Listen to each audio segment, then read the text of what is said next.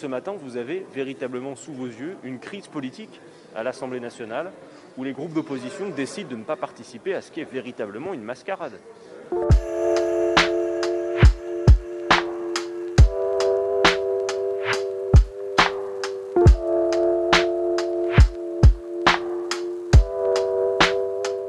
On vote sur quoi? On vote sur ce qui a déjà été décidé.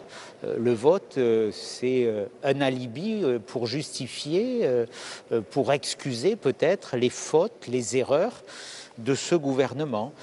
C'est une parodie, il n'y a pas de débat. En fait, vous avez un Premier ministre qui lui-même a un discours qui lui est imposé par le président hier, qui ne peut pas en modifier une ligne. Il vient devant nous, même si nous disions que nous étions contre, de toute façon c'est un vote consultatif. Donc quel est l'intérêt?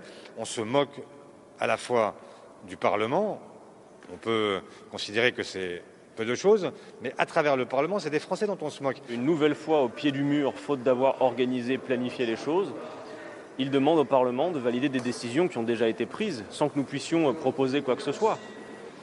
Vous remarquerez que c'est toujours après la tempête que le Parlement est sollicité. C'est un débat factice, c'est un débat méprisant pour le Parlement, c'est un débat qui porte l'image du peu de considération que témoigne le président de la République aux parlementaires.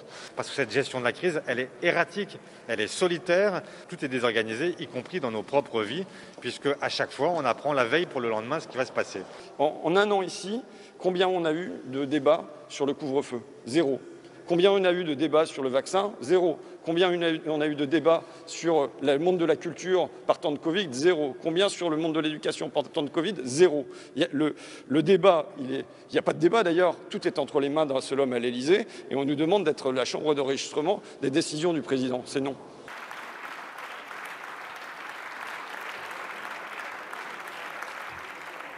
Je ne vois pas en quoi les droits du Parlement seraient amoindris parce que je viens lui faire se prononcer et approuver des décisions qui relèvent du pouvoir exécutif au terme de notre ordre constitutionnel. Vous n'avez pas, pour certains d'entre vous, voulu vous saisir de cette opportunité.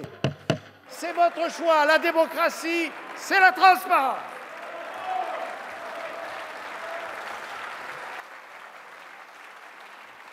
Il n'y a donc aucun mépris de la représentation nationale. Aucun. Aucun.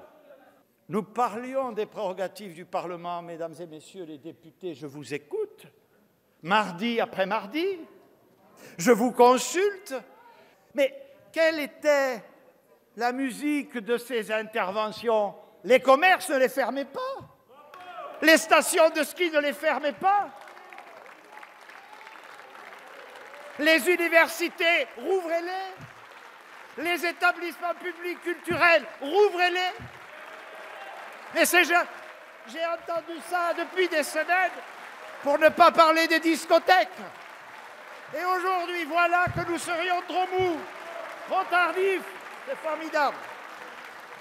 Ceux qui cherchent à tirer des avantages politiques d'un drame national n'apportent finalement pas grand-chose à la résolution de leurs difficultés.